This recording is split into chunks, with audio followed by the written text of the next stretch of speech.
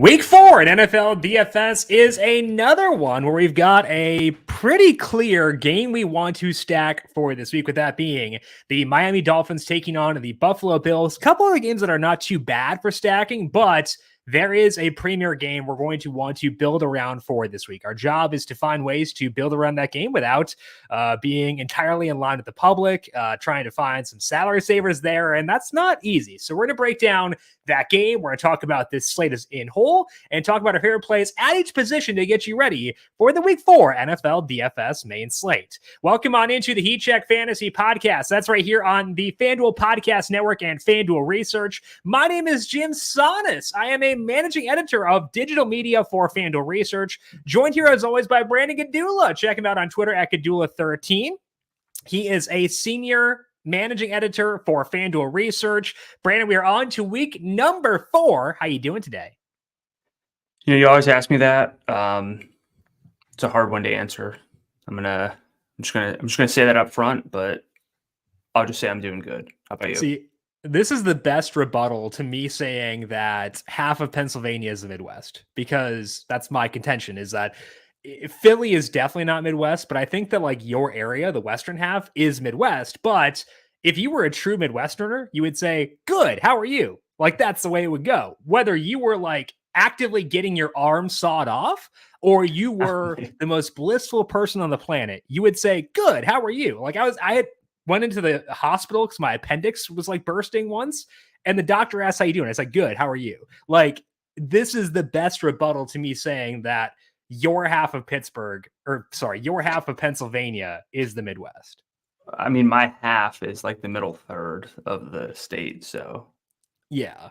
But like, what I'm saying is that Pittsburgh feels like the Midwest to me. Yeah, like, people say that. Why? It's not. Why? You say it like it's an insult. It's better than being in the East Coast. I lived in the East Coast for the past 8 years, and I'm back in the Midwest. Why do you think that is? It's one of those. Is it more Midwest or Northeast? And Midwest. I think it's more Northeast. I think the Northeast just basically ends at the corner, like that 90-degree angle of Pennsylvania.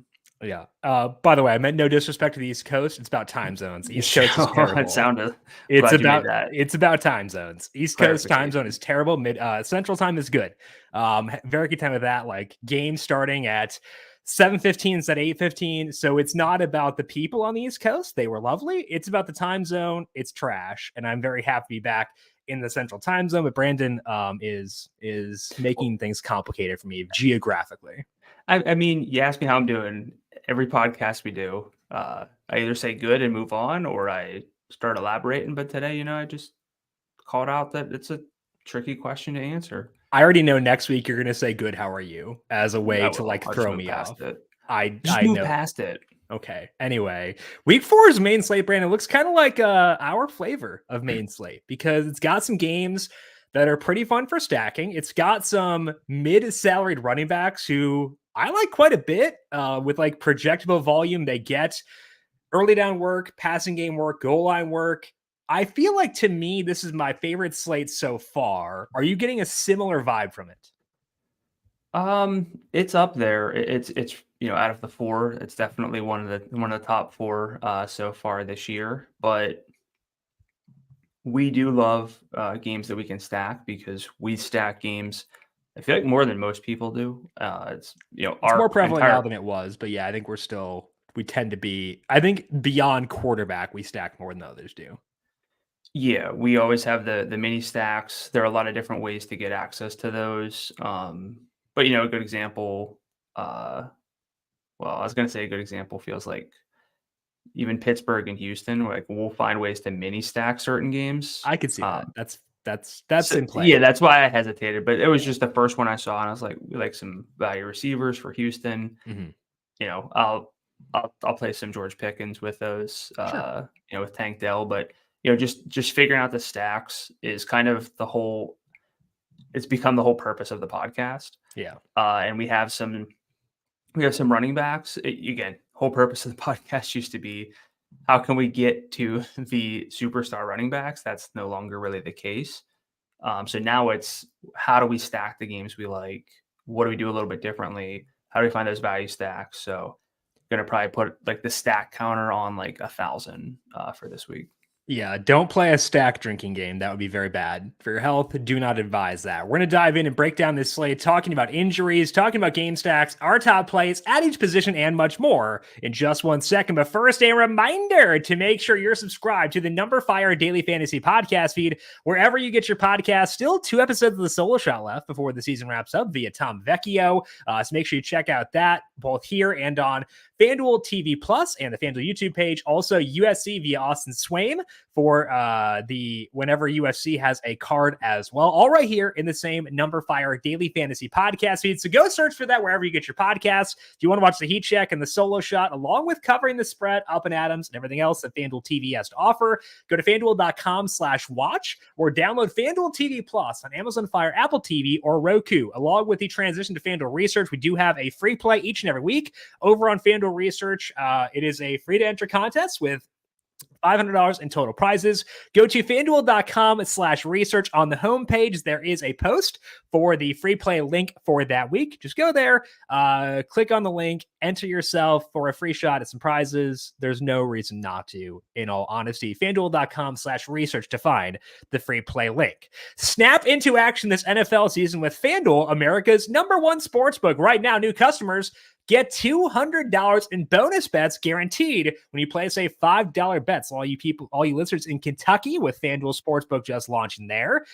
When you join, you can get $200 in bonus bets guaranteed when you place a $5 bet. That's $200 in bonus bets, win or lose. If you've been thinking about joining FanDuel, there's no better time to get in on the action. The app is so easy to use. There's a wide range of betting options, including spreads, player props, totals, and more. So visit FanDuel.com to kick off the NFL season. FanDuel, official partner of the NFL. Must be 21 plus and present in select states. FanDuel is offering online sports wagering in Kansas under an agreement with Kansas Star Casino LLC. First online real money wager only, $10 first deposit required. Bonus issued as non-withdrawable bonus bets that expire 7 days after receipt. Restrictions apply. See terms at sportsbook.fanduel.com. Gambling problem? Call 1-800-GAMBLER or visit FanDuel.com/RG in Colorado, Iowa, Michigan, New Jersey, Ohio, Pennsylvania, Illinois, Tennessee, and Virginia. Call 1-800-NEXT-STEP or text NEXT STEP to 53342 in Arizona, 1-888-789-7777. Or visit ccpg.org/chat in Connecticut, 1-800-9-WITH-IT in Indiana, 1-800-522-4700. Visit ksgamblinghelp.com in Kansas, 1-877-770-STOP in Louisiana. Visit mdgamblinghelp.org in Maryland, 1-800-GAMBLER.net in West Virginia. Call 1-800-522-4700 in Wyoming. Hope is here. Visit gamblinghelplinema.org or call 800-327-5050 for 24/7 support in Massachusetts, or call 1-877-8-HOPE-Y or text HOPE-Y in New York. Let's dig in now to our slate overview for week number 4. Brandon, I think we talked about it a little bit already, but it seems like this slate revolves around stacking Bills Dolphins, and I would say to a certain extent too Chargers Raiders, and then finding the mid-range running backs you like most. What to you is the key to this slate right now? Yeah, Chargers Raiders depends a lot on the health of Jimmy Garoppolo for me, but I know that's sort of implied with what you said. I just wanted to kind of clarify that. But if we get Garoppolo, kind of 2 games that are pretty easy to stack, even if you account for the downgrade for Mike Williams being out. Shout out Mike Williams. Always hate the season enders. Yeah, especially to fun players. Not to anybody. We don't want them at anybody, but like bummer for Big Mike. The bumps and bruises, guys missing a couple games, like still sucks, but especially bad. But I think that the thing that jumps out to me is, so we're talking about 1 game in particular, maybe 2 games, maybe for us, I feel like there's going to be a 3rd game that we kind of bump into that tier as the same tier as that Chargers game. But you have to figure out ways to be a little bit different. Mm-hmm. And so, you don't want to just say, well, okay, here's the game to stack. Let me just play that. But you also can do that because you can find other ways to build unique lineups while having exposure to players in the best games, especially whenever those players are high salaried plays. Mm-hmm. And so, I just kind of wanted to get out of front of like, it sounds like, hey, yeah, let's stack the best game of the week. Like but you don't have to overthink it to that degree. And you can find ways to differentiate.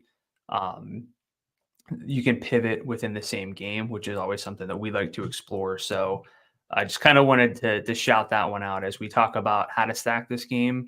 We're probably going to come up with some different ways to do it. That does not mean that we either only like the most obvious plays or don't like the obvious plays, and we just want to like kind of get weird with it. So yeah, it's kind of a roundabout way to say like, you can do a lot with some good games and you don't need to overthink it. And I think that it is a good slate for our general, like our thesis for like playing tournaments DFS is be different without being dumb. And because there are enough good plays this week, at least based on my view of it, you could disagree, which is fine. But like my view of it is there are enough good plays this week where I can pivot without being dumb. And I think that's very attractive. So I like this slate a lot. I think it does revolve around identifying the mid-range running backs you like most because those will be the focal points once again this week. And like, I'm just going to keep on doing it until they price these guys up to the point where they're no longer the values that they are. And until we get legitimate workhorse running backs with fantastic workloads, I do feel like it's the right move to be pretty aggressive in getting to those mid-range running backs with pretty good roles. Let's dig in now to the injuries impacting the week number 4 main slate. Derek Carr missed practice Wednesday. He's expected to sit this week with a shoulder injury, which puts Jameis Winston back in line for a revenge game against his Tampa Bay Buccaneers. The Saints also getting Alvin Kamara back off his suspension this week. His salary is $6,500. So any interest in Kamara or the Saints pass catchers with Jameis at the helm? I think this one's kind of a loaded question because I pointed out how concentrated Jameis Winston's targets were on Monday when I was going through our play-by-play query, and I liked it. You thought that maybe there was a lack of efficiency, but have since kind of told me things that maybe indicate that you're okay with the pass catcher. So, like, surprise, surprise, a bit of a discrepancy there. But it also sounds like there might be a discrepancy between us on how we view Alvin Kamara. It seems like you like him a good amount. And so I'm open to the pitch because this is a player who I have struggled with for a couple years now. The upside is not as high, it feels like, anymore. I know he has like the 6 touchdown game, but his game-to-game red zone share, I think, is going to be still maddening. So what are your thoughts on Kamara, and sell me on him this week? So I think the sell is that there's no Jamal Williams, which means there's one less guy to take away some carries from them. I think that's a positive for him. I think it's a positive that the running backs who could fill in, like Kendre Miller, obviously like hasn't had a lot of time to make a name for himself, but like, I feel like if he had done that, he probably would have gotten a bigger workload last week. So that's a benefit there. And they also don't have their quarterback, which means they may lean a bit more on Kamara than they otherwise would. Now, I hate that line of logic when it comes to typical situations. So like, okay, it's a situation where their efficiency will decrease quite a bit, and it will go down without Derek Carr, but we know Jameis Winston is one of the more capable backups in football. So it'll decrease, but it's not going to be like a Tim Boyle, Zach Wilson situation when it comes to the quarterback. So I feel like, to me, it's kind of the best case scenario for Kamara, where he comes back to a team that really could use him because they haven't gotten great production from their running backs thus far. They're kind of banged up there. The Bucs defense is still very good against the run, but maybe not quite as dominant with no Ndamukong Suh. I think that benefits that he's a benefactor of that as well. So I think it just checks a lot of boxes, and I don't think people will be on Kamara this week. The projections for him look pretty middling, so like won't be an optimizer love either. The projections are middling because Taysom Hill can steal goal line work. Like that part matters too, but is that not accounted for at a salary of $6,500 for a very dynamic player? So we've done research, and game totals, like over-unders, are not necessarily the most important for running backs. This one has a total of 40.5. My question to you is, do you view Kamara as someone you would play without the expectation that that game really goes over, without the expectation of running it back with any Buccaneers? Do you think he's kind of a one-off play, or are you kind of thinking, well, hey, if this game has something to it, Kamara is a great play? I think you could run it back with Chris Godwin at 65 if you wanted to. Yeah. I'm not necessarily like itching to do that personally. But like I think it's at least an option that you do have. So I think you could. I don't think this will be a game I want to stack personally, but I think that Kamara's workload is good enough to overcome that, where I like him a lot at $6,500. Yeah, I think, again, we're talking stacks. That's the key word for this week. If I'm playing Kamara, I'm probably finding ways to bring Would it it be back, with Godwin primarily? and it would most likely just be with Godwin. So yeah, I think that makes sense. Yeah. I think he is the best option there. Austin Eckler got in a limited practice Wednesday as he works his way back from an ankle injury. Still sounds like there's a decent shot that he does wind up sitting, though. He who shall not be named will not be my player pool, regardless of whether Eckler plays. Mike Williams, as we said, done for the year with a torn ACL. We'll circle back. Is it pouring? Oh, no, there's something outside. Okay, I thought it was like pouring rain. I was like, did I go shut my windows? Anyway, we'll circle back to the Chargers in the bookmaker section. Jimmy Garoppolo is in concussion protocol. Team is optimistic he can get cleared to play in week 4, according to Jeremy Fowler of ESPN. But Garoppolo did not practice Wednesday. Probably needs a limited session Thursday and then a full session Friday to get cleared. Potential shootout with the Chargers. We'll talk about that game in the bookmaker section. Jalen Waddle practiced Wednesday. He's expected to be cleared in time to play this week. More on them in the bookmaker section. Same thing with Anthony Richardson. He's on track to be cleared, and that game will also be in the bookmaker section. Spoiler alert.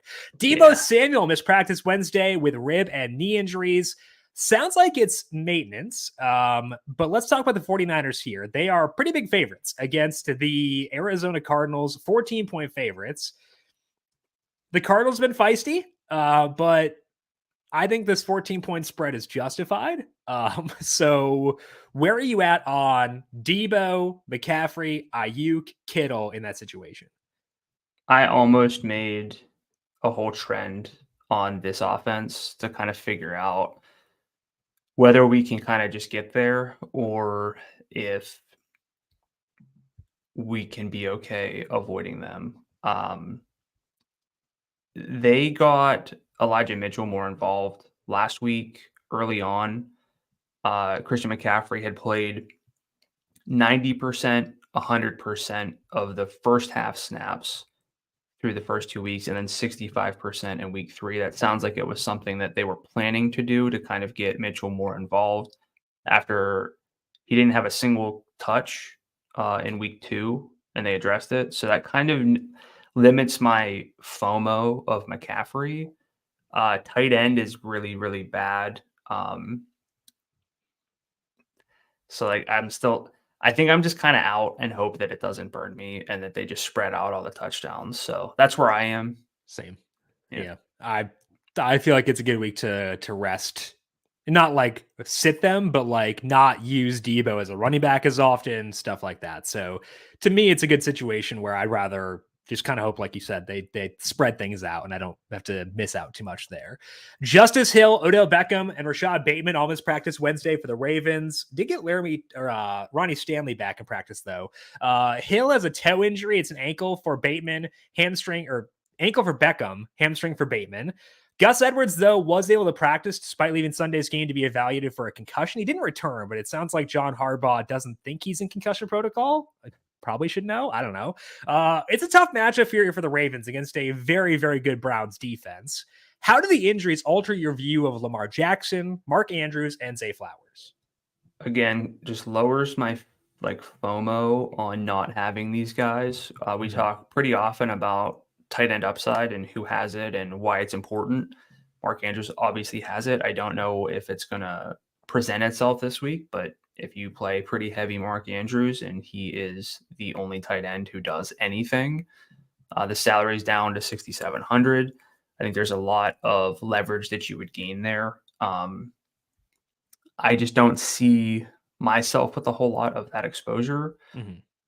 And then as far as like Lamar goes, there are quarterbacks with upside on the slate. Some of them have potential matchups or injuries to them, to themselves or to, their pass catchers. Again, I think it's just a differentiation stack. I don't think we talk about being different without being dumb. Yeah. Playing Lamar and Mark Andrews when nobody's there, probably not the dumbest thing. Yeah, I think the Andrews part specifically is enticing, just because his salary is down. Like you said, I think he was 8,000 in week 1 or week 2 when he came back, and his salary is 67 now. And they might not have Bateman or Beckham, so like the target share should be pretty big for Andrews there. I think that's interesting. I would say like Zay Flowers is like a salary saver potentially at wide receiver, but I don't think I'm going to get to Lamar this week. And that's the first time this year I've said that, where I've been very into Lamar this year, and it hasn't worked out. That's not the reason I'm not going back. I'm not going back because I just really respect this defense and don't want to deal with that. So that's my primary motivation there. Other side of that game, Kareem Hunt missed practice Wednesday with groin and rib injury. It sounds like he'll play, but he is definitely banged up already. They get the Ravens this week, whose defense is also banged up. So what's your view of Jerome Ford, knowing that Hunt already is not 100%? So you had a 58% first half snap rate. Again, I'm really trying to go into this year not looking at salaries as much. And then if I like someone, I'll look it up. Yeah. 6,400. I think I'd probably rather play Kamara at a similar salary. That might be where I am with I think I'm going to have to rank Kamara against Kamara coming back against a lot of running backs who frankly aren't as talented, but there's one who is. Who's that going to be? Rank for me, Kamara. I'm not going to put Miles Sanders in there yet. Let's rank for me Kamara, Jerome Ford, and Devon Achane. For this week specifically, Achane, Kamara, Ford. Yeah. I think I'm the same, and I think I want all three in my player pool. I might put all three in the same lineup just because that combo probably will be pretty scarce. Because like they're going to cannibalize each other in terms of roster rate. So I might play all three together because it saves me a lot of salary. I think that might be the way I play things. I think all three are very viable this week. Ford or Ramondre Stevenson, both Ford. at 64. Ford. Really? Yes. Why? Because that offense is disgusting. I cannot stand over under 9.5 targets for Ramondre Stevenson. Over under 12 yards on those 9 targets. It's the stupidest offense that's ever existed. It's a Zeke revenge game. So if they do get near the goal line, he's going to score all the touchdowns. Yeah, I just like Zeke's workload went up a bit last week in a positive script, which means that they get ahead, we'll see more Zeke. If they fall behind, that means their offense sucks, which it does. So like, I don't really want a piece of that. Yeah. In a total where their implied total is 18.5.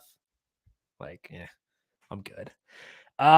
Bryce Young got in a full practice for the Panthers Wednesday, so he should be good to go this week. Jonathan Mingo got in a limited session, giving him a shot to advance out of concussion protocol by Sunday. Panthers face the Vikings. How are you viewing the Panthers with Young back as the starter? Another revenge game. Speaking of which, Adam Thielen, salary's up to 6,800. I do this more on the recap show, which I'm no longer on, so I got to take advantage where I can. But if I told you that Adam Thielen's salary was 6,800 as of week 4, throw up in my mouth immediately. Just before the season, because it's the season always gets crazy, and it gets crazy a lot sooner than it feels like it does. But yeah, Thielen's higher salary than like Gabe Davis, Chris Godwin, Jerry Jeudy. Do you have interest in him? I don't know. As like, no. I'd rather not. Like, I'd rather not, but if you're playing Justin Jefferson, like he's up. Like if Garoppolo plays, we have Jacoby Myers at 69. I think Myers is infinitely better than Thielen in that salary range. So I would go Myers in that range. I like Tutu Atwell a bit lower than Thielen a bit more. I think Michael Pittman is around there at 72. Like him more, and my feelings in general towards him. Like Tank Dell 62. So like I just don't think that Thielen pops. Now the one counterpoint would be there's been a lot of negative sentiment around Bryce Young, and I feel like the fact that he's starting may lower the projected roster for Thielen. But like that total hasn't budged since it came out that Young's going to play, and the spread lengthened by half a point. But like, I don't know. I don't like Bryce Young's first two games were against the Panthers, where he had no DJ Chark, and the second game was against Saints with a very good defense. Like, I think people are being a bit too harsh with him. Like, do we really want to upgrade the offense because it's Andy Dalton? I don't. So I do. If people are like out on the Panthers because it's Bryce Young, then maybe I could be intrigued by Thielen then. But like, I think I'd rather go at the other guys in the 6,000 range. Yeah, I mean, it is, I guess, worth mentioning Thielen here had, 14 targets in week 3. Yeah. 2 and 9 the first 2 games. And the 2 was even with DJ Chark out. So, yeah. I think a lot of people going to be tempted by that week. And Andy Dalton threw 58 times in that game. That was a 24% target share. Like, it's not like he had like a 40% share even. Yeah, one thing, I'm not trending this, but another thing to keep in mind is he scored 2 weeks in a row. Right. Although Adam Thielen is the regression ruiner. Yeah, I was just going to throw that caveat in there that he's never learned the meaning of regression, but, it's double-barreled freedom rockets, middle fingers up to regression his entire career. Yeah, it's just important to keep track of that because touchdowns lead to fantasy points, obviously, and that leads to an increase in your salary. Mm-hmm. And then at a certain point, you're not going to score because you don't score every week. So I think I'm out on Thielen. Hopefully he gets a little bit more buzz, even with Young back in the lineup. I also took the under in this game, so I'm not as enthused about it as the general betting public is from a stacking perspective. A game I am okay with, though, is the Dolphins and the Bills. Let's dive in now to our bookmaker section. It is the premier game on this slate. Dolphins and Bills. Total is 53.5. No other game within or higher than 48.5. The spread is tight. It is at 3 points. My model actually has this a bit tighter than that personally, so I did take the Dolphins money line as well. We obviously want to stack this game. I'm not going to ask you about that, but I will ask you, what is your preferred route to doing so when you are stacking this game? Just one stack that I give you a single entry lineup. You're considering roster rates. You're considering salary. How you stacking it? I think it's a really tricky one because there really are so many ways that you can go. I think James Cook is part of, if I'm really trying to like get different, I think Cook makes sense. Mm-hmm. I'd probably then go. This is a really complicated one because these teams do spread the ball around enough to the point where I can consider various options. Right. Both quarterbacks are in play. We have 3 running backs in play in this game. At least 3 receivers. I guess no real tight ends unless you're just kind of getting access to a high total game. I think you might want to get access to a high total game this week. Yeah. So I guess the tight ends are in play. Give me. You want me to give you mine? Because I know mine. Yeah. Okay. I like the James Cook one because we talked a lot about his red zone role last week, and it still sucks, but like he had 3 out of 9 red zone chances last week, and you can pivot off of the Dolphins running backs in this exact same game by using Cook at 68. Yeah. I think that's pretty enticing. The yardage has been very good, 159 and 122 the past 2 weeks for him. That's pretty attractive. So I like Cook quite a bit. And we know that Vic Fangio, the Dolphins defensive coordinator, wants you to run the ball against him because he realizes how efficient passing can be. So I like James Cook a lot. And then on the other side, I think a Tua Jalen Waddle stack is very fun, both because it saves you salary, but also because we're probably going to see most of the receivers rostered inside this game be the popularity revolve around Tyreek Hill and Stephon Diggs for very good reason. Both those guys, even accounting for salary, are awesome plays. But if I can save some salary, stack this game up, and use guys who also will go a bit overlooked, I think that's pretty fun. So I think that a Tua, Waddle, Cook stack makes a lot of sense, and I'd probably toss in, throw a dart at a board between Dawson Knox and Dalton Kincaid and figure out which one you want. Knox is a better red zone role, so if it were one, I'd probably go with Knox, but I think that's the way I'd want to go. Waddle specifically, if you give me one single entry lineup, I would really, really, really like to have him in there personally. See, I was thinking Waddle would catch some popularity because the salary's low enough. Sure. What about Tua, Cook, Waddle, Tyreek, and you say they ran for all the touchdowns last week, basically? Right. What if this week they throw for them? I mean, they could. Like Tua still threw for 4 touchdowns last week, I think, right? Yeah. Was it 4? Yeah. Like, I mean, they ran for all those extras. Like, there were 3 separate guys who had 4 touchdowns for them last week, which is insane. I would even still consider another Bill in that stack. Sure. One of the tight ends. Sure, I think that's totally fine. Let me plug into stupid defense here. Let's go with the Bengals, and then go back to Miami and Buffalo. It's like you could get to one other guy. It'd have to be Well, you already have Knox in that lineup. Yeah, so I think Knox, having him in there. I think Gabe Davis would probably be one of the guys who fits in the Waddle discussion where he catches roster rate as a result of the fact that he's in this game. The role has not been perfect. 4, 7, and 4 targets so far. He's getting downfield work though. 2, 2, and 3 deep targets across those 3 games for a 39% deep share. So I think for game stacks, Davis is fully in play, right? Yeah. Like I tell you, this game goes off. You think the odds that Gabe Davis is involved are probably decent? I'd assume they got to be high. Yeah. So I think it depends on if he winds up being chalk, then it's that's scary.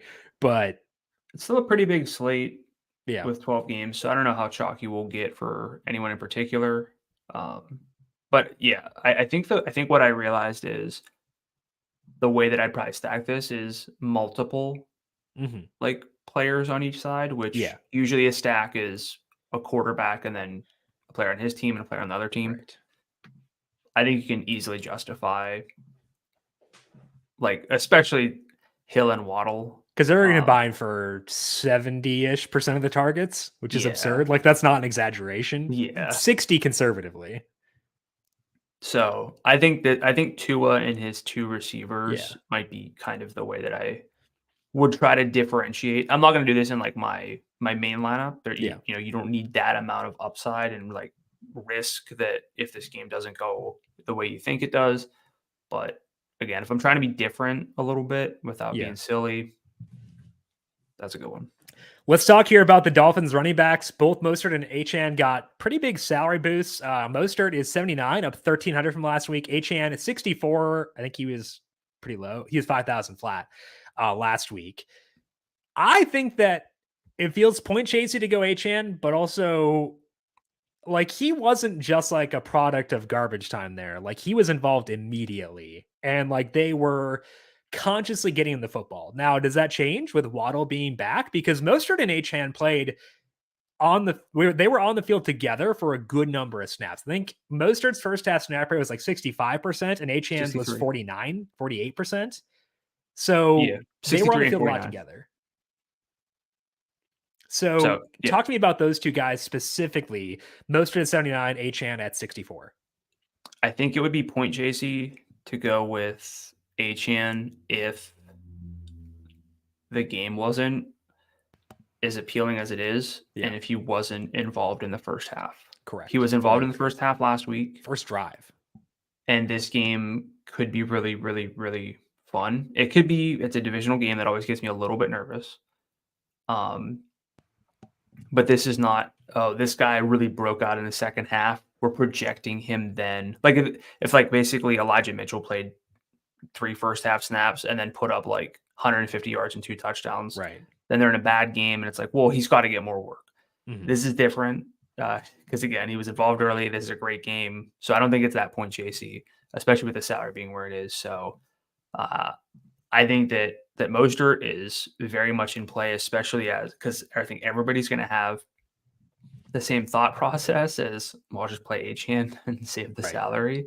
That makes Mostert fun, especially if, this game's tight and they kind of lean on him a little bit more. But I think the way that you phrased it, I don't know if it was on Slack or what, maybe it was on the recap show that I was listening to, like, you can't just put Achane back, like, no, on the sideline. Like, I said back in the bottle twice, which annoyed me. So I'm glad that you listened. That's probably why I remembered it, because you were so bad at podcasting. I know. You take away Brandon and I get washed. System podcaster, obviously. You can make a Josh Allen, Stephon Diggs stack work with Devon Achane and Jalen Waddle in it. I put Dawson Knox in there too, again, benefiting from the game environment. I think Kincaid's fine too. Prefer Knox, but fine with Kincaid. Like, you can make that lineup work. 6,400 left for a running back, a receiver, and a flex. That's very doable on this specific slate. So I think even though salaries are high, you can make stacks in this game work without bending over backwards too much.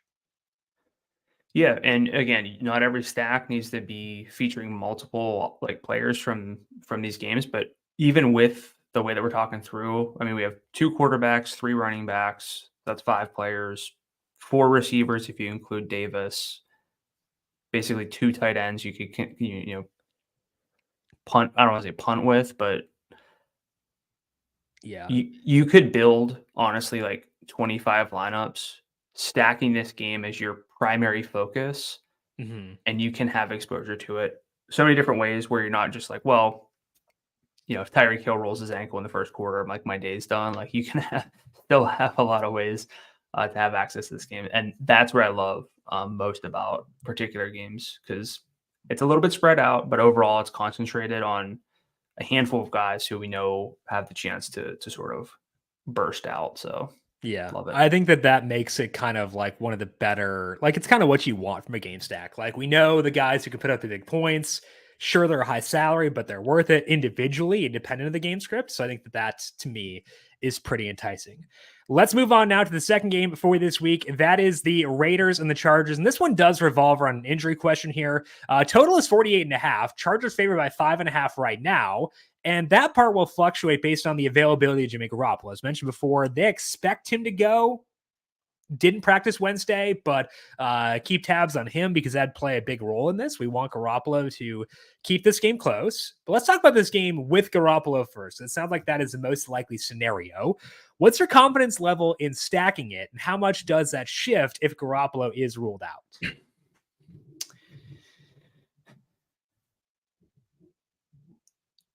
Another divisional matchup.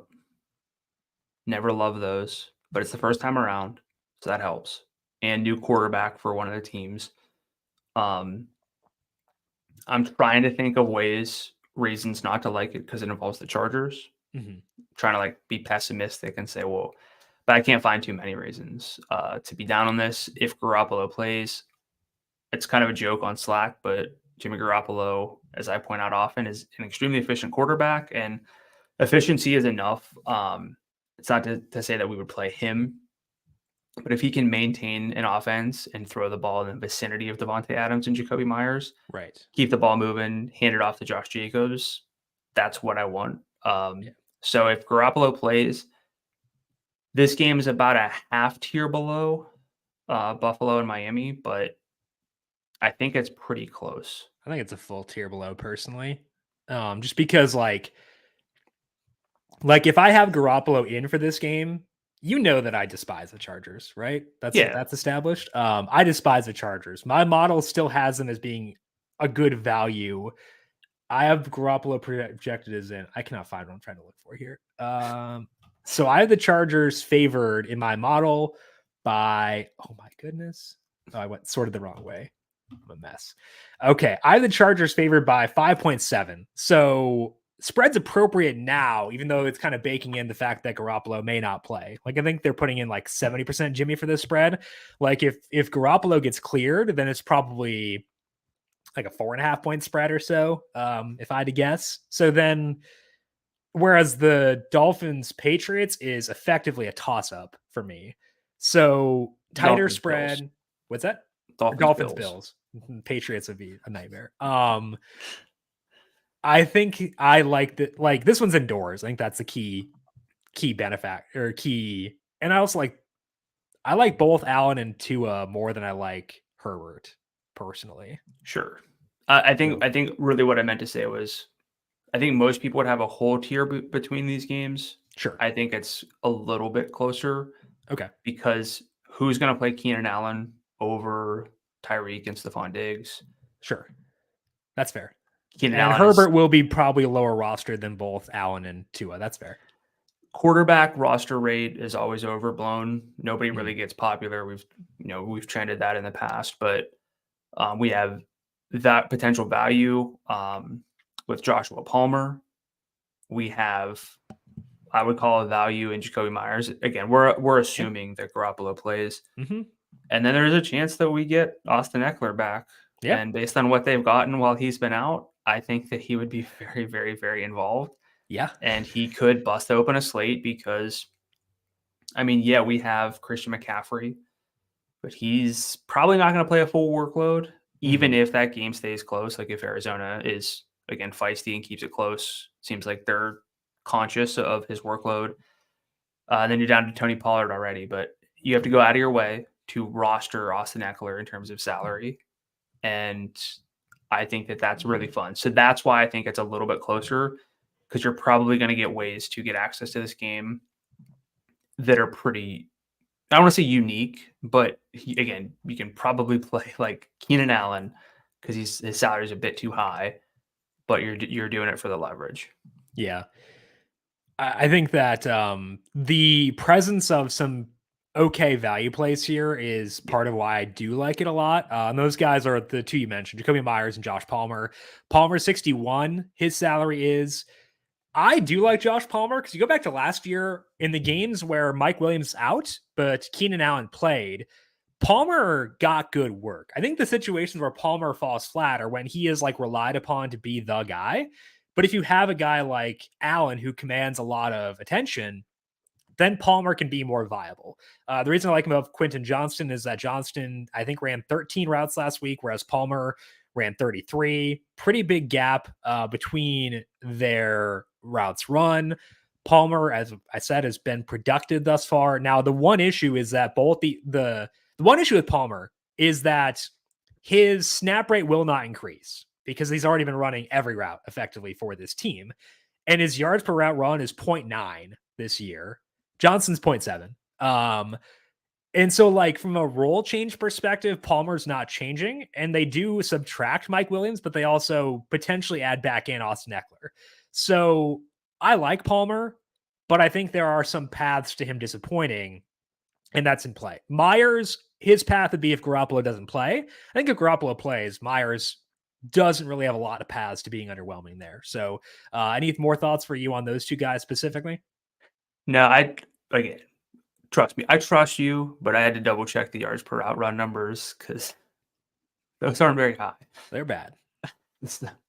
But you were right. So yeah, I was looking at it this morning. So it's not great. What about Herbert? Where do you view Justin Herbert relative to Tua and Allen for this slate? If I'm playing 10 lineups, I think I'm just splitting them between Allen and Tua. If I'm playing like 20, 25, Herbert's definitely in the conversation of someone I'm adding in. Is he third for you overall? No, I think we're talking pivots. We're talking about plays who can really change the slate and aren't super obvious. We have Jalen Hurts sitting right there. That's really appealing. I'm not going to get too cute with Lamar and put him over Justin Herbert based on the matchup differential. I would say probably Anthony Richardson is the third place I'd go to free up more salary. And we like that game. We do. Which we'll get to here in a second. Any final thoughts for you on Chargers Raiders before? Well, actually, let me ask you, if Garoppolo gets rolled out, how much do you downgrade Myers? I think Devontae's super undersalaried at 81 too. I should mention that. How much do you downgrade Myers, Adams, then the Chargers guys? I downgrade it fairly substantially. Again, I believe that Jimmy Garoppolo is a lot better than perception. Again, we don't like to say, well, if QB's out, just play the running back. I still would have interest in Josh Jacobs. His involvement is really, really good for a running back, and you don't get that a lot. I could see myself in that instance, maybe like with a Jacobs Eckler stack. Yeah. So sure. I think Jacobs is pretty good if it has Garoppolo 82. I probably wouldn't get there if there's no Garoppolo personally. But yeah, I think I would still wind up on some Adams and some Myers because they're so under salary, but then it'd be an 8.9 point spread for me, I think, if there's no Garoppolo, which would be pretty tough. So before I move on to talk about the Rams and Colts, did get a question over on YouTube from Deacon to the Legend talking about like general philosophy for single entry lineups. So let's say, Brandon, I give you a single entry lineup right now. Are you starting with a game stack and then building in values around there? Because I think that's kind of what Deacon was asking here. Are you starting with like a game you want to stack and then plugging in values in there? How are you building out that one single entry lineup? Yeah, starting with the game stack. So QB, pass catchers, most likely, potentially a running back on the other team instead of a pass catcher, but definitely going to have a stack. And then from there, I like to look at mini stacks. So if there's like great standalone values, I'll go there. But otherwise, it's finding ways to mini stack these games up. Yeah, I think for me, that's the way I want to go too, is I have my primary stack, which involves the quarterback, and then finding mini stacks. So like for this week, I would have my Tua, Waddle, et cetera lineup. But then I want to try to find, okay, can I get in a stack on Chargers Raiders as well? Or should I settle for a secondary mini stack? So for me, Deacon, it's revolving around a primary game stack that involves my quarterback, and then hopefully one or two secondary stacks, of running back, wide receiver, running back, tight end, receiver, tight end, stuff like that, not involving the quarterback. So really is trying to pin down 2 or 3 games, because trying to identify 2 games that go off is a lot easier than trying to identify 7. So to me, that's why I focus that way. But good question, Deacon. It does start with game stacks and then really does revolve around game stacks from there as well. Speaking of, let's talk about the third game we may stack for this week. And this one I think is very, very in play for mini stacks and even a quarterback here. That is the Rams at the Colts, where right now the Colts are 1.5 point favorites. Technically, the Rams have a better money line. So it's just a toss up. Let's just say that. Total is 46.5. That is up a point from where it was earlier on this week. Anthony Richardson practiced Wednesday in full. He took the starter reps, so he should be cleared by Sunday. Got some guys in this game with really big usages. So how are you viewing this one relative to the rest of the slate, Brandon? Like it a lot. Various ways to go with it. I think it's again, right for mini stacks, and with the salaries being low, just like it makes a lot of sense to kind of roll these players into mini stacks. So that's basically the best thing I can say for it. What about you? I agree with you because, well, I think that I looked at $7,600. I think that the mini stack options in this game are great. That to me starts with the running backs. I think that both Zach Moss and Kyron Williams are among the 2 best running back plays on the entire slate. Williams' salary $7,600. Zach Moss is $73,000. Now you look at Williams, and the yardage has not been there so far this year. So far he is averaging, let me see here, 73 yards from scrimmage per game, but the red zone role is insane. He has a 69% red zone share for the Rams this year. Carries or targets inside the red zone. He's getting literally everything. So I think that's pretty fun. As far as Zach Moss goes, Moss comes in at $7,300, and he also is playing basically every snap for this team. So Zach Moss' salary is $7,300. The 2 games he has played, Moss is averaging 24 carries and 3.5 targets per game. That is 31 carries plus 2x targets per game, 126 yards, and a 53% red zone share. So in this game, you are getting two running backs with mid-range salaries who are playing effectively every snap, one of whom is getting a lot of yardage, and both guys getting a ton of red zone work. Now, the one downside with Moss is that he may lose red zone work to Anthony Richardson if Richardson does play, because Richardson willing to run towards the goal line, as we saw in that week 2 game where he left with a concussion. But I feel like the other side of it is that Richardson as a running quarterback should open up more lanes for Zach Moss to be an efficient runner. So to me, the reason this game is attractive is partly because I like Richardson, but also because I think both these running backs are among the best plays on the slate. I also do like the pass catchers, so it's not just one route to stacking this game. Puka Nakua's salary, $7,500. Michael Pittman, $72. Tutu Atwell, $63. All three of those guys are in play for this game, and I think they're in play beyond stacks. I think they're in play as one-offs as well. Talking about Pittman first, he's had double-digit targets in all 3 games so far this year, which means he did have 11 targets in that first game with Richardson, 31% target share overall so far this year for Pittman. He hasn't been getting a lot of deep work, as I've talked about plenty of times with Pittman, which is kind of annoying, but I think the overall volume is so big, and the fact that he is in a pretty attractive game, honestly, 72, is also fun. As far as the Rams go, obviously Nakua kind of came back to earth last week, but still had good yardage, still had 7 targets in that game, 35% target share. Tutu Atwell is the 22% target share, 8, 9, and 9 targets so far.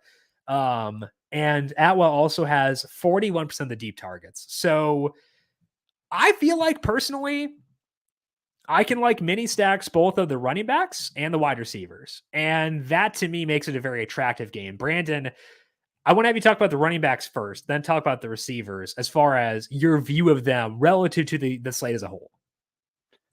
Yeah, it's hard to rank them as a whole, because I can't say that I like the receivers the most on the slate, because I don't. But as far as like the salaries go, we had the question about, do we build around, how do we basically build our main lineup or a single entry lineup? While I'm going to build this week with Tua or Allen, I'll probably try to get to Allen because the upside's a little more bankable, and he's got that rushing ability. Tua has to do it all with the arm. Like Tutu Atwell, Zach Moss, like that kind of stack is probably one of the first places I'm looking. Yeah. The salaries just make too much sense. And, everyone likes Nakua. I've been kind of tracking Atwell pretty closely. A lot of good underlying data. Had yards in the first game, 119. Didn't score yards in the second game, didn't score. Scored the third game, but the yardage was down. Target volume has been pretty steady. If he gets you that touchdown with the yardage, like that salary, that's pretty much what you can ask for. He also almost scored twice on Monday because he had that run where he stepped out inside the 5. So he almost had 2 touchdowns in that game. True. It's a good call. Yeah. So I think he's a great play at the salary. He's probably when I was looking for value receivers to write up, and have as our loves, he jumped out right away. So I think that for him, his like the contenders in the low 6,000 range for that spot are Tutu Atwell, Tank Dell, probably Zay Flowers in that discussion too, and then Josh Palmer. And I think that because we have those guys, it allows me to be more okay not being super into Josh Palmer beyond game stacks. If you had to rank Atwell, Dell, and Palmer in a vacuum, how are you ranking those 3? In a vacuum, as in if they were in like the same game. Let's say that, let's say like you're not going, like you don't have Herbert and you don't have Anthony Richardson. Like, let's say you're not using a quarterback from either game, any of those games. How do you rank them? I still got to like account for the game, and I'd be lowest on the Texans like game as a whole. But yeah, if I'm getting the spirit of what you're asking, Atwell, Dell, and Palmer. I think I'm the same way, ranking them in the exact same order. Dell would be higher if that game were more attractive. Well, no, I mean, I meant in a vacuum with regards to, like, you don't already have Herbert in your lineup. Yeah. But that you still got to factor in just because I'm not stacking that game. No, the game definitely matters. I just meant, like, you're not going out of your way in that lineup to stack Chargers Raiders. Correct. Yeah, I gotcha. Richardson, number 3 for you at quarterback, right? Considering salary, I think so. Yeah, I think so too. I don't Any think consideration to Stafford or no? I don't think the single game upside is really there. I agree. I had some temptation, and he'll have touchdown regression because, like, they've played some pretty tough defenses so far. Seattle's not, but, like, San Francisco's very tough. The Bengals are very tough. So I feel like eventually we'll see some upward regression, but I don't know if it'll be enough where he's going to put out like a 28-point game, which I would still want for $6,600 personally. 302 is not 350 Correct, which is what you want from a non-running quarterback. Tua can get there. Herbert can get there. I'm not convinced Stafford can personally. Okay, let's move now into our trends discussion for week number 4. Brandon, you'll start things off by talking about air yards because it's something we cite in the show but have not discussed why we cite it. So what to you is the key thing to know with air yards when filling out a lineup? Yeah, I haven't talked air yards yet in a trend or downfield targets, but we cite both of those. I think they're very valuable. They're a big part of my process. They're baked in whenever we talk about downfield targets. For me, when I cite downfield targets, I'm talking about targets that go at least 10 yards downfield. For you, it's more deep targets, 16 plus yards downfield, but there's basically lines of demarcation at like 10, 16, 20 yards where the average target at those types of depths, they go up. And so someone might have a 10 target game, but they're all close to the line of scrimmage, which is very different as like compared to 10 targets with 5 of them being downfield shots. So they're important, and air yards are now pretty widely available. So it's also easier to talk about from that sense. But if you look, I wanted to trend it, kind of talk about why it matters. If you look on a game-to-game basis, it's hard to find a strong R-squared value for FanDuel points and, just FanDuel points and receivers because, scoring basically comes from, you can have a lot of targets, you can have a lot of yards, but if you don't catch some of them, that's different than someone who has 4 targets and scores twice or something. So game to game, it's a little bit tricky, but you would still expect that game to game, there's a pretty strong R-squared value with the actual stats that make up FanDuel scoring. It's 0.73 for receptions, which basically means that if you just know someone's receptions, you kind of know, you can explain 73% of the scoring. For yards, it's 0.73. For receptions, it's 0.5. And then for touchdowns, it's 0.58. But again, that's what we kind of expect. And then for targets, it's 0.32. So these are getting pretty low. And air yards, it's even lower at a 0.22. So you say, okay, well, air yards alone, they can be really empty. They can be coming from quarterbacks who suck, whatever. Like that's what people tend to say. For air yards, right? For people who don't like air yards. But game to game, everything's trickier. If you scale it out to a full season and look at last year over a larger sample, this stuff really smooths out. R-squared between yards and FanDuel points is a 0.96 because basically the guy's getting a lot of yards, the guy's scoring the touchdowns over a long sample, having the most catches, things like that. 0.96 again for yards. For catches, 0.94. For touchdowns, 0.76. So again, that makes a lot of sense. Touchdowns do change week to week scoring a bit more than they do over the full season. But air yards, it's a 0.81, which means that you could not know if guys were having quality targets, catching them, being on a team that is scoring a lot of points. If you just know how many air yards they have, basically like you can explain like over 80% of their FanDuel scoring. That is what, to me, why these things matter, because it's so easy. We talked about Adam Thielen scoring. Certain players are going to have a lot of touchdowns. Certain players are going to have not enough touchdowns. It doesn't always work out, but over a full season, these things should smooth out. So if you just know air yards, you kind of know opportunity, and you know that over a larger sample, players getting these opportunities are the ones that we want to target. So again, you can kind of just Google air yards. You'll find a lot of sources for it at this point. I think it's great. For me, I include it into an expected FanDuel points model. I talk about weighted targets. I give targets that travel at least 10 yards downfield extra weight based on the depth. I give red zone targets extra weight. I know not everyone's going to do that, but air yards are important. We haven't really addressed that yet. How do you find yourself using air yards, and what do you think is the value behind using air yards and downfield targets? Yeah, I mean, like we talk about with wide receiver, in order to like make a perfect lineup for wide receiver, which is what you want upside, they need to be able to get 85 yards or 2 touchdowns. And it's hard to get 85 yards without a ton of targets or some downfield targets. And most of the guys who get a ton of targets are high salaried. If you're looking for like low salaried guys who can go off, a lot of them are guys who are going to like downfield merchants, guys who are going to get you bigger plays. And bigger plays come from downfield targets for the most part. So like Tank Dell, good amount of downfield work this past week. That's why I like him. Also, the fact that his quarterback, CJ Stroud, has been very efficient on those downfield targets. It's not prayer yards because CJ Stroud rules and has played very well. Tank Dell, the past couple of games, 1 deep target in week 2 and then 3 this past week. Again, for me, 16 plus yards downfield. That could also be a good counterpoint to me being tepid on Josh Palmer, because Josh Palmer's ADOT this year is almost 12 yards. So although the yardage has not been there, the potential for yardage is there, especially when those downfield throws are coming from Justin Herbert.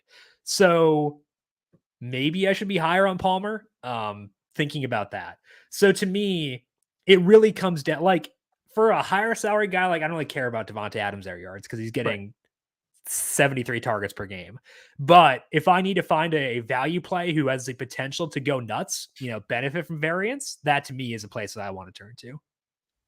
Yeah, I think the studs, you make a good point. It's not about like, well, someone has more air yards than Justin Jefferson, although I don't believe that's the case. How? Why would they?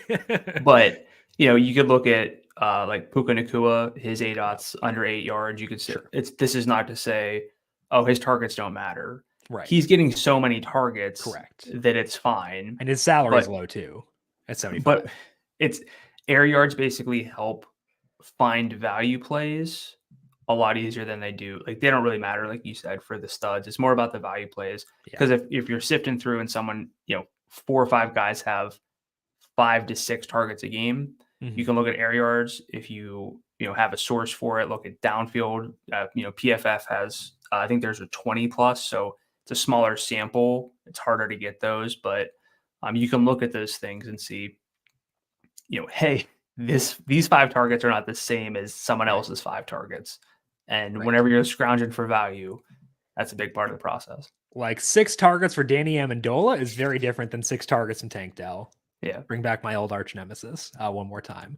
Okay. My first trend is talking about the value of tight spreads, because we talk a lot about game stacking and tight spreads. And I figured it's probably good to put some data to behind why that's the case. If you look at last year, 60% of all NFL games on main slates, specifically main slates, had a spread of 4.5 or lower. Those games produced 78% of quarterbacks in perfect lineups, 59% of running backs, 69% of wide receivers, and 70% of tight ends. So we saw a big boost for quarterbacks and pass catchers when they were in games with projected tighter spreads. This is not how the game finished. This was the pregame bookmaker total. So data you knew before kickoff. It was 61% of defense, so less of an emphasis there for us. For running back, it wasn't as important, obviously, but it was a major boost for quarterbacks and pass catchers to be in a projected tight spread. We've seen a similar effect so far this year. Across the first 3 main slates, 72% of games have had a spread of 5 points or less. All 3 quarterbacks and all 3 tight ends in perfect lineups have come from those games. So 100% hit rate there across 72% of games. At wide receiver, it's 80%, 8 out of 10. At running back, it's 62%, 5 out of 8, with 2 more coming in the 5.5 to 9 point spread range. But both those were the Dolphins running backs last week, because Mostert and Achane were both in the perfect lineup. So running back, it's not as big of an emphasis to have a tight game. I still care about it, and I do still want a tight game because I want targets in the fourth quarter, but not as important as it is for quarterback, wide receiver, and tight end. Finally, discussing stacks, last year, 79% of all single team stacks came from games they spread of less than 5 points. And again, the overall sample there was 60%. It was just 63% for game stacks, which seems a bit counterintuitive, but it is still above the full sample. And 0 game stacks last year came from games they spread of double digits. This year, game stacks and perfect lineups have come from games with spreads of 2.5, 3, and 5. Single team stacks have all been between 6-point favorites and 7-point underdogs. So again, no big spreads there. This is probably confirmation bias. I hate games with wide spreads, but it's confirmation bias because we back it up with data. We're there for a reason. If we look forward to week 4, the large spreads on the board are the 49ers by 14 against the Cardinals, Eagles by 8.5 against the Commanders, Cowboys 6.5 against the Patriots, and then Chargers Raiders is on the fringe. So in general, how willing are you to stack or game stack a game with a larger spread, and any red flags for you this week based on the spread? Double-digit spreads for sure are ones that I don't necessarily like. But when I talked about the Cowboys last week and Tony Pollard, I did make mention that just because there's a larger spread doesn't mean that that's how it plays out. And one thing that's really hard to kind of grasp when you're talking about blowouts or like games that end a certain way, that doesn't mean that they start off that way and then nobody plays. If the blowout occurs, it's a little bit more of a basketball sort of thought process, but if the blowout occurs, the guys you expect to produce probably did produce. Again, that does limit upside if they're not playing the whole game and it's not back and forth. But double-digit spreads for sure, I get wary. I think 8 is typically like my point of, okay, this game probably is going to get a little bit away from the one team, but really what that kind of also means is that one team can't do a whole lot. That does impact stacking. I've done research on stacking, and when one team does well, the other team should do well. And if you kind of can't consider that being the case, then you want to get away from it. It's kind of a little bit, it's not ironic. It's just coincidental that I'm talking about the Eagles here next. But this is would it surprise anybody if the Eagles really go out and have great games? No. Do we want to stack that game over, Bills, Dolphins, these other games we've been talking about?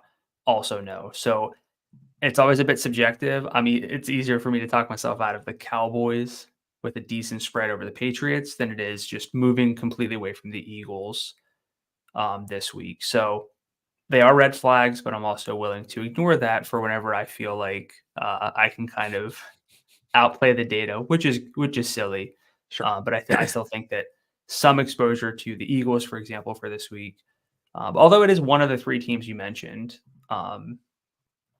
where I'm kind of in. So I guess I'm kind of on par with this whole trend as in general. The part where I'm on par with it is that I like Pollard quite a bit this week. Pollard's salary, he's facing the Patriots, which is a tough matchup. But Pollard's salary this week, 84.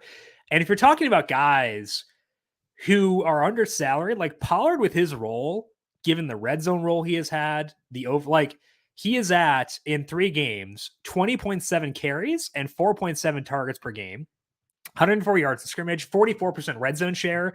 That's a $9,000 back if I've ever seen one. And he's 84. So Pollard, I'm very in on, not really in on the rest of the Cowboys. I'll let you talk me to the Eagles here in a second, but the 49ers also not the most appealing to me personally.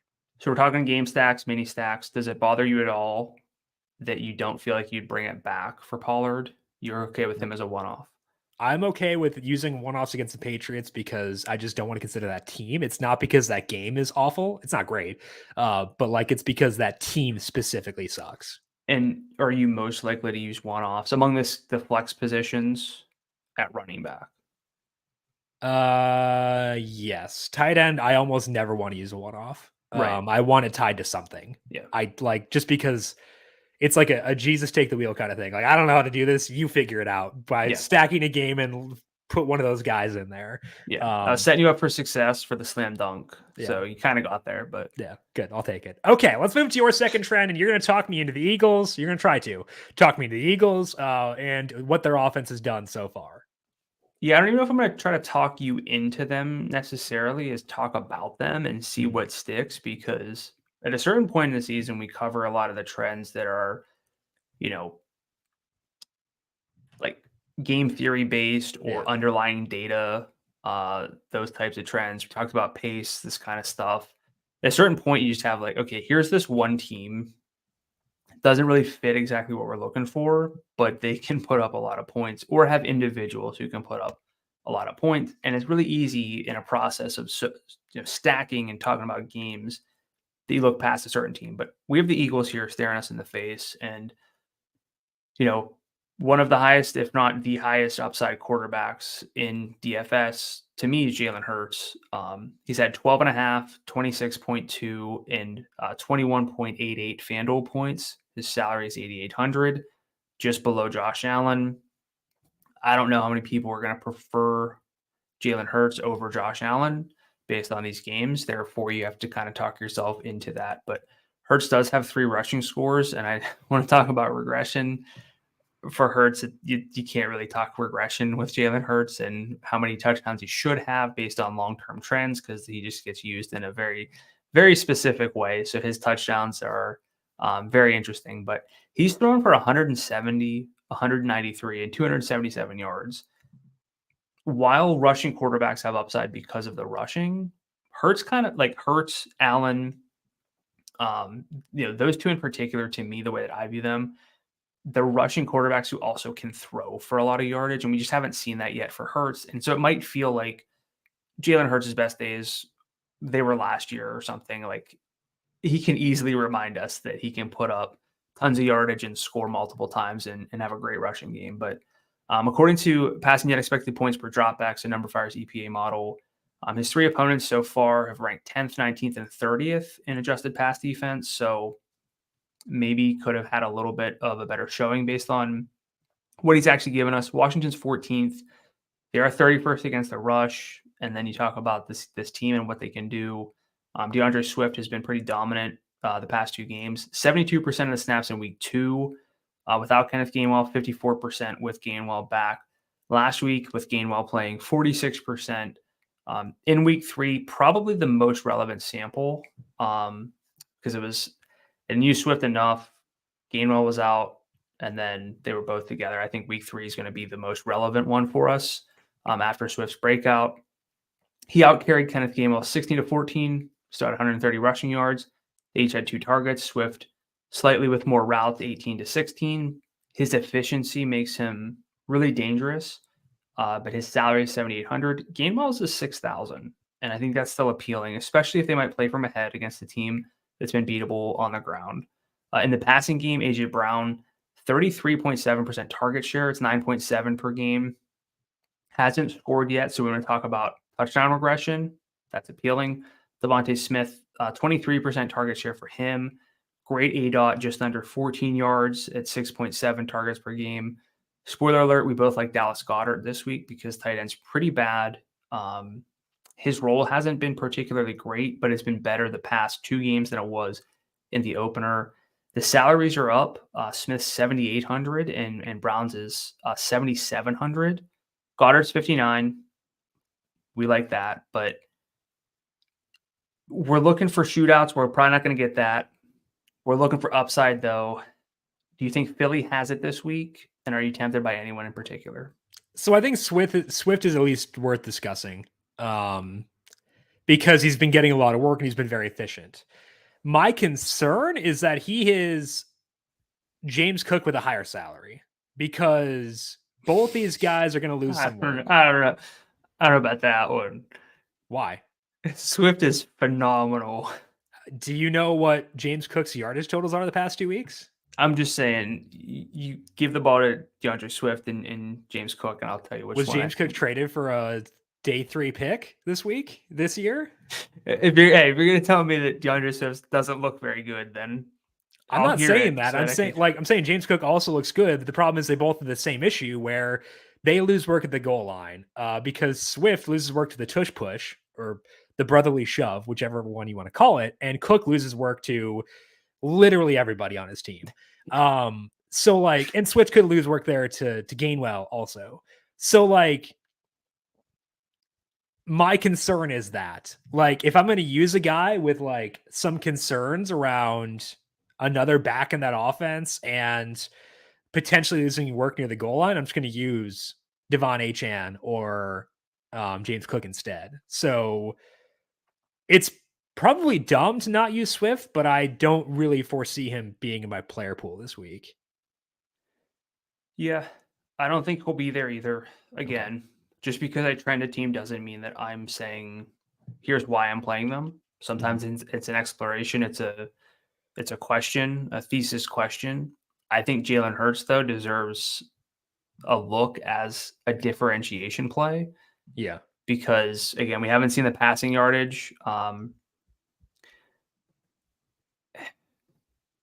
Just a single passing touchdown in each game, which again, it's because he keeps running for all these, but he has multiple paths. He's just like Josh Allen in that regard with better rushing, higher scoring potential for sure. It's a bet against the Bills and Dolphins if you want to play it that way. And I think if you're doing that and you go Jalen Hurts, it's appealing. Yeah. I don't know. He just looked weird this year. It's odd. I don't know if it's still a shoulder or what, but like it just looked off for some reason. And I think that's why the passing has not been there. So his floor is phenomenal. Yeah. I just don't care about floor. I think that I don't know. I'm meh on this offense right now, which is really scary because like they're very good and like Jalen Hurts could very well come out and be like, "Hey Jim, remember this?" That's what I was like. Right. We're not talking about this team enough for what they can do. That's different than saying what they will do this week. But you got to discuss it. Yeah, I don't know. I will probably just fade and clench is the approach for me this week. Just pray it doesn't go wrong. But it could because they're very good. So I know that risk going in for sure.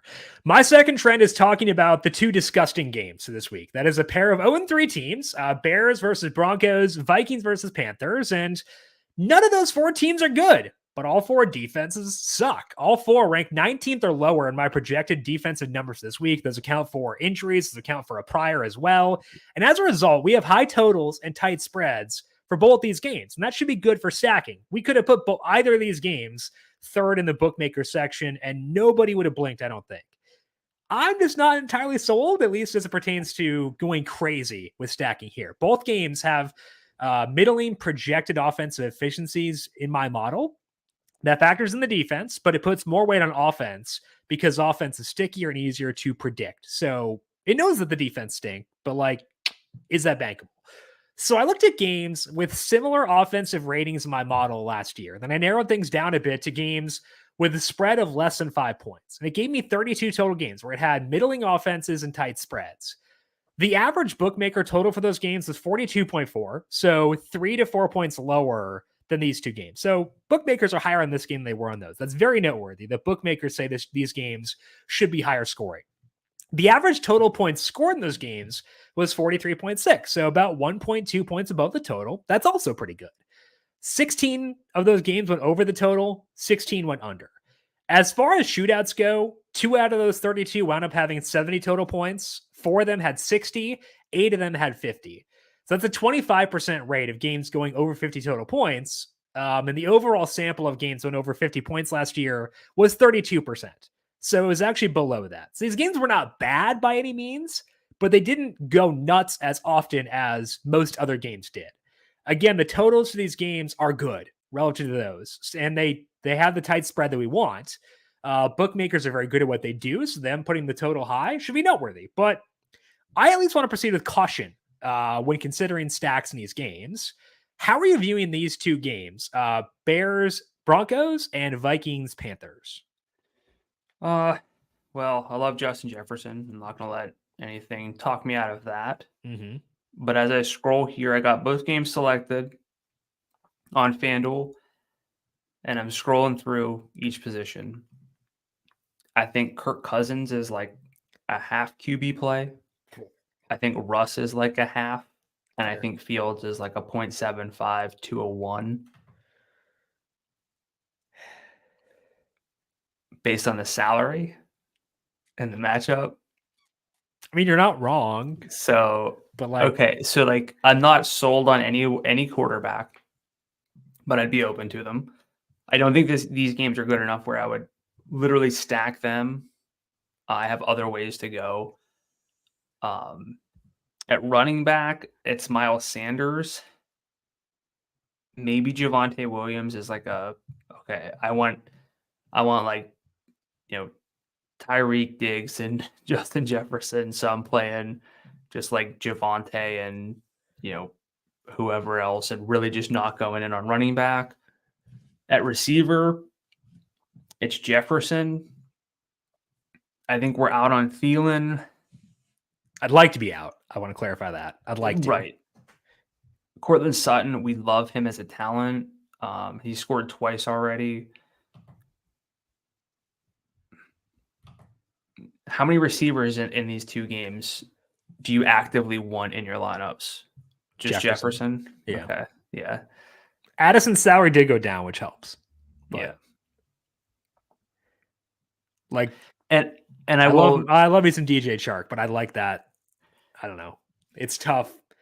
Again, 11 targets last week, but a 19% target share because they threw 58 times. Yeah. And I will shout out TJ Hawkinson because he is the one tight end on the slate who I think could separate, and that's relevant, deserves attention. So we're basically across these two games. I'll say 2 total quarterback plays if I count some halves and, just call Fields playable. And then Jefferson, and presumably you're okay with Hawkinson. His salary's high. He doesn't get downfield work. He's fine. Like, his salary is fine. He doesn't get downfield work. He is the best tight end play on this slate. If that doesn't tell you how tight end is, I think that's all you need to hear. I think I want to go back to Javonte quick. I think that, like, in a vacuum, he's fine because the Bears are hideous against the rush, and Javonte has been getting a decent amount of work. His salary is low. My concern would be if he's popular, he has the potential to be the shakiest chalk of all time because Samaje Perine is still involved. The reason he's not getting more work is not due to talent. It's because of ramping back up from a torn ACL. And that's something you do to, like, dramatically change things. So that's my concern there. I think there are a million running back plays, which I hate, but I don't think that's going to make Javonte popular. Like, he might be one of the more popular plays, but I don't think he's going to stand alone as like everybody's on Javonte. Looking at projections, he might pull away. He projects pretty well. Then I'll call this out. His first half snap rate fell from 71% in week 2 to 39% in week 3. Oof. Again, I like first half snap rates especially for running backs, but again, I think he's playable because of the salary and matchup, which is not to say that, like, if I'm building one lineup, he's not in it. Yeah. If I'm building 10 lineups, he's probably not in those. Yeah. If I'm building probably 30 is where I'd like start to rotate him in a bit more. I think that means we're going to wind up lower on him the most, which I'm fine with personally. Like, I'm surprised. I just wouldn't have expected him because there's a lot of better but still imperfect roles. It's just he's facing the Bears. That's that's the main logic. I gotcha. That makes sense. Do you prefer Miles Sanders, or Javonte Williams? Miles by a couple meters. Oh, okay. Rude. I agree. I would agree with that as well. So we're okay with these games. I agree with you that Russ is, like, somewhat interesting, but why is his salary 75? Like, I'd rather use Joe Burrow at 72 than Russell Wilson at 75, personally. Or Richardson at 76. And I'm not going to use that many quarterbacks, so. Back-to-back 300-yard games. Aided by a Hail Mary in one of them. Sure. Yeah. I think he's fine. Like, again, I think he's fine. Yeah. We have high upside QBs. Some of them are in perfect matchups. Some of them have, offensive line issues or whatever. So if you're betting against Allen and Tua and maybe Herbert, then I think it's a pretty level playing field for someone like Russ to be one of the better plays. So yeah, fair enough. Okay, let's talk about weather for this week, and let's talk briefly because there's nothing to know. Looks pretty good so far, which I will happily take.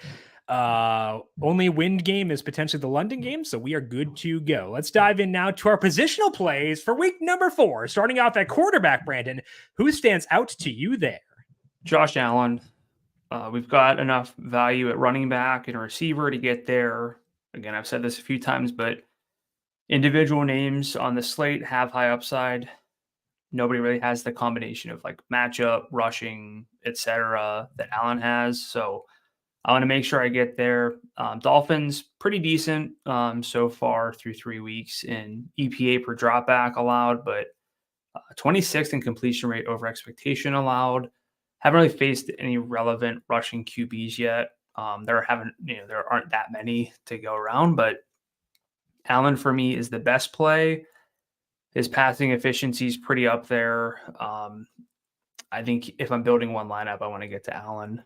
If not, my second option is Tua at a salary of 8,000. Again, doesn't run a whole lot, so he needs the passing, but he's got 466, 249, and 309 with 3, 1, and 4 touchdowns. He can get you 350 and 4, especially in this matchup.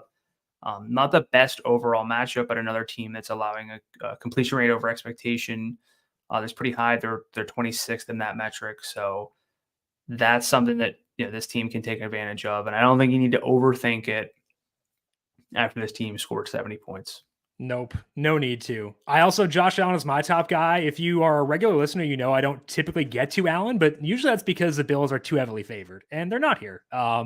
Spread is tight, so sign me up. It's a lofty salary, but I can use the mid-range running backs to get there, some of whom are in this game with James Cook. Well, I would not pair Cook with Allen, but I would pair Achane with him. I think that's totally fine. I can pair Jalen Waddle with him. So this Bills defense is pretty beat up, which should increase the shootout odds, the odds that Allen is in bizarro mode, which is his baseline, but maybe he's in it longer this week than usual. So Josh Allen, I have an excuse to use him, and I'd like to do so because I don't often get to go there. My second love is Anthony Richardson. I could have put Tua here because I like him too. So I like that you talked about him. Richardson is awesome. He's at home. It's a decent total, tight spread. They might scale back on the running because of the concussion, but great matchup for passing against the Rams. This game is indoors. His salary is 76. I think Justin Herbert is the one guy I did not talk about here who I would want to shout out as well. But to me, I would love to stick to the 4 quarterbacks: Allen, Tagovailoa, Herbert, and Richardson, and then cut it off from there. And I feel pretty good about things. Let's go to running back. Who stands out to you there? I like Josh Jacobs a lot. It's a little bit contingent on Garoppolo, but his role is really, really good. Hasn't scored yet, but 2.3 red zone carries per game. So 64% of the teams red zone carries, 4.7 targets per game.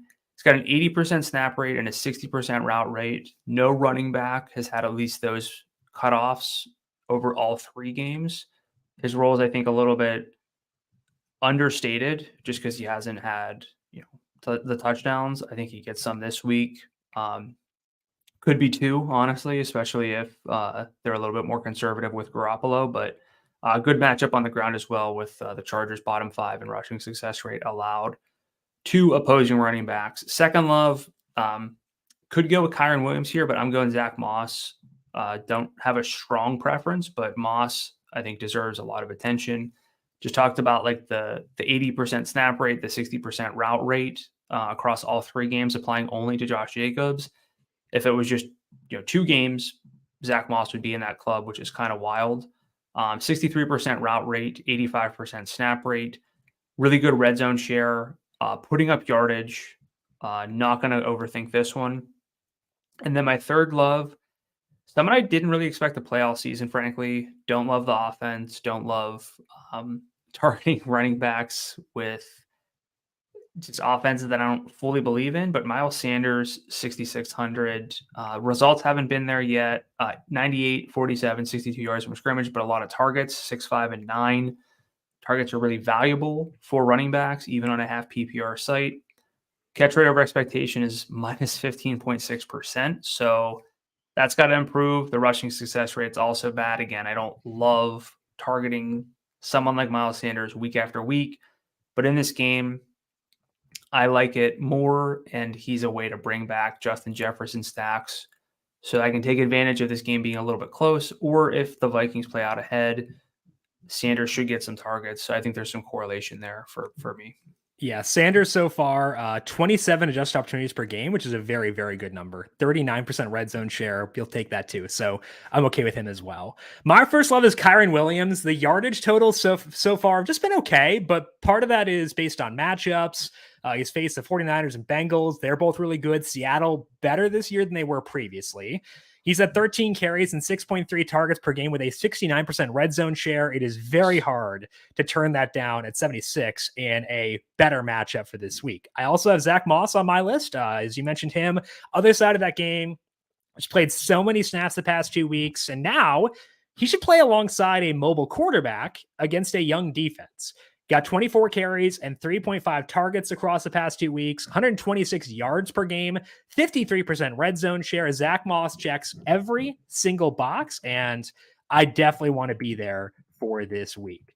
My third level running back is going to be Alvin Kamara. Now, part of this is scary because it is the Bucs defense, and the Bucs defense is very good. But the running back depth in New Orleans is awful. We're getting Kamara back off suspension at a reduced salary of $6,500. It is Jameis Winston, and Winston at times can be pretty downfield heavy, which could be a downgrade for Kamara, but also it means they may be more run heavy in order to safeguard themselves as they back a quarterback in there. And Kamara should get good passing game work, despite the fact they've got a lot of good pass catchers now in this offense. It is a pivot off of Devon Achane. If Achane tracks to be popular, same thing for other mid-range running backs. I don't think Kamara is going to catch a lot of attention for this week. And to me, we get a talent like this for $6,500. That's pretty hard to turn down. So even though it's not the best game on the slate, I do want to make sure I get to Alvin Kamara in his return because the Saints' backfield depth is so bad.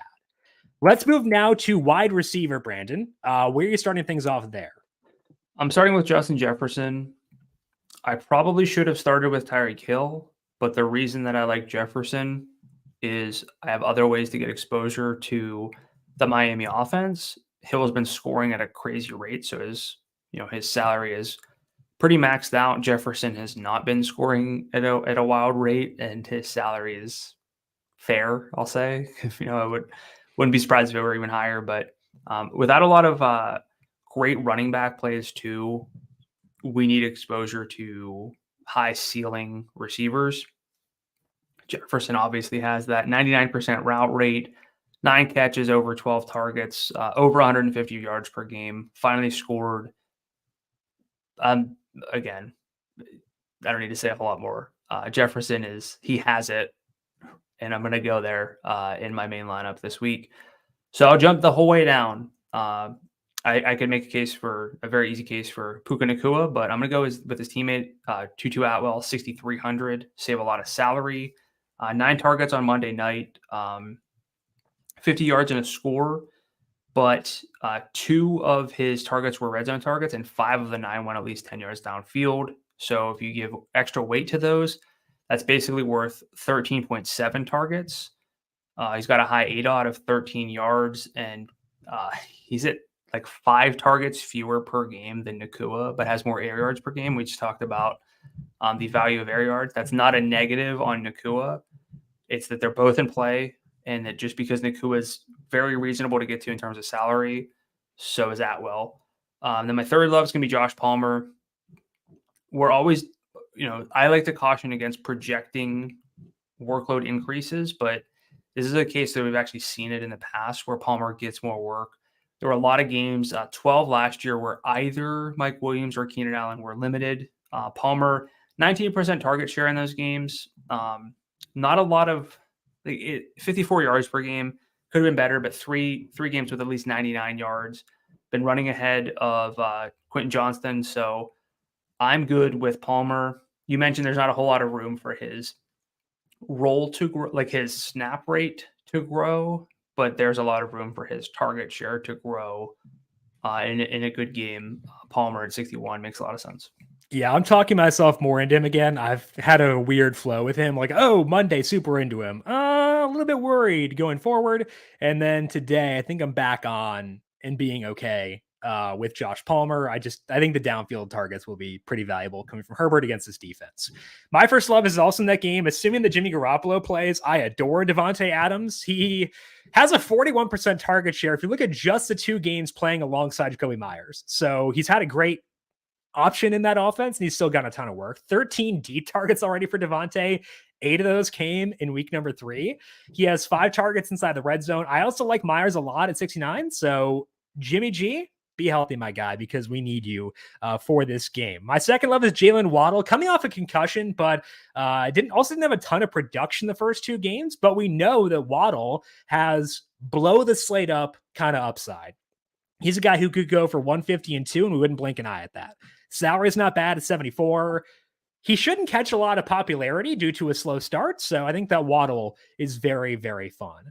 My third love is going to be Tank Dell. I think you could talk about Michael Thomas here if you wanted to. I don't actually hate him with a mid-range salary. I don't mind Zay Flowers. There are a lot of guys we could have discussed here, but Tank Dell isn't a tough matchup. But 2 games as a starter, Dell has a 24% overall target share, 2 deep targets per game.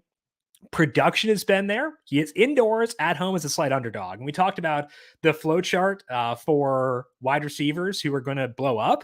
The total is not there. Very much so not there. But tight game, slight underdogs, at home, indoors. That's a lot to like. So I like Houston's offense. It's going to be tough with their offensive line banged up. But CJ Stroud has been efficient without Laremy Tunsil for 2 games already.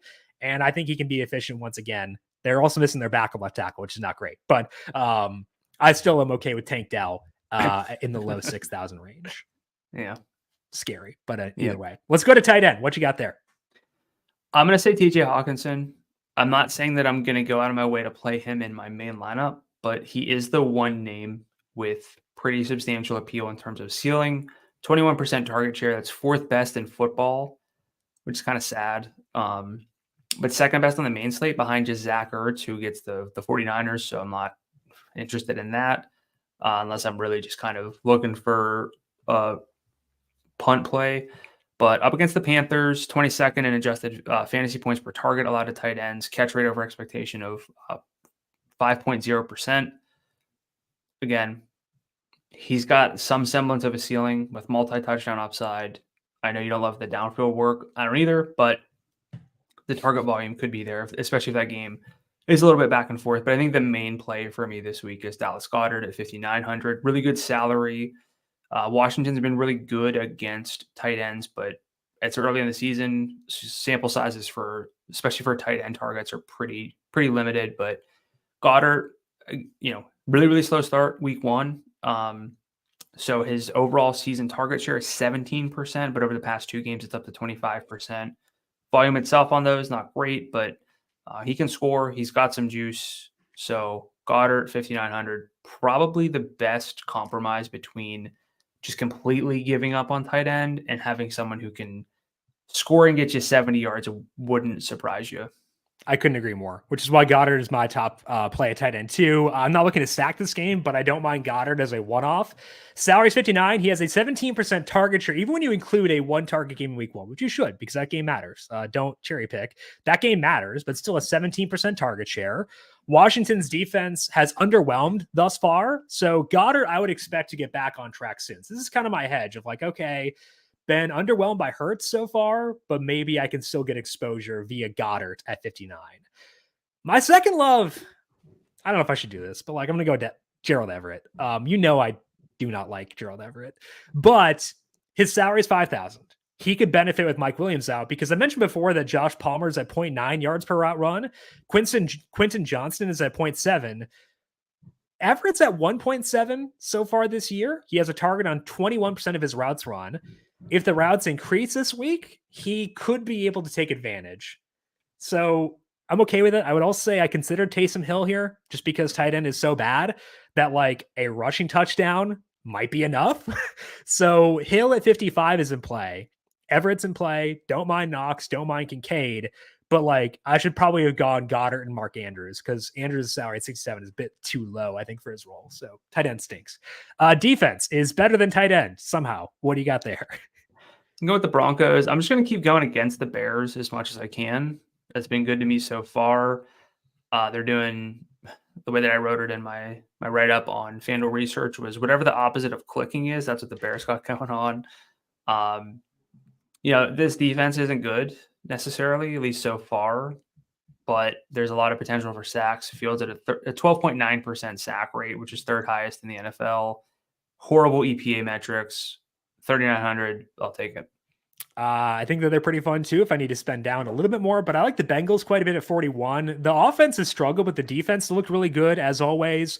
They're facing the Titans with no Peter Skoronski, likely once again due to his appendectomy. I don't think the Texans are bad at times. If you really want to save salary, Jalen Petrie might be back this week, which would help. The Rams are okay if you want to save some salary too, but I think the Bengals at 41 are totally fine for defense for this week. Rosa is not into the Bengals, apparently. Any final words of wisdom for you, Brandon, before we close up shop for today? I think we covered it. A lot of good, or there's a few good games, a couple games that are somewhat appealing. I think it's a really, really easy week for me to build stacks around my favorite game and then just mini stack other games. Got some RB value, so it's an easy one. Hardest part is going to be whittling down the player pool. Yep. Especially a running back. But I think that's a good thing. I'd rather have too many options than not enough. So I think that's helpful for sure. Okay. That is all that we have here for today. As a reminder, make sure you're subscribed to the numberFire Daily Fantasy Podcast feed wherever you get your podcasts. You can also find the NFL podcast on the FanDuel YouTube page and over on FanDuel TV Plus. Brandon, if people have questions for you on Twitter, where can they find you there? Gdula 13, GDULA 13. And I am on Twitter at Jim Sannes, JIMSANNES. You can also follow the FanDuel Podcast Network at FanDuel Podcast. I want to thank you all for tuning in for today. Good luck to you with your DFS lineups in week 4. We'll talk to you once again Monday to wrap it all up. This has been the Heat Check Fantasy Podcast right here on the FanDuel Podcast Network.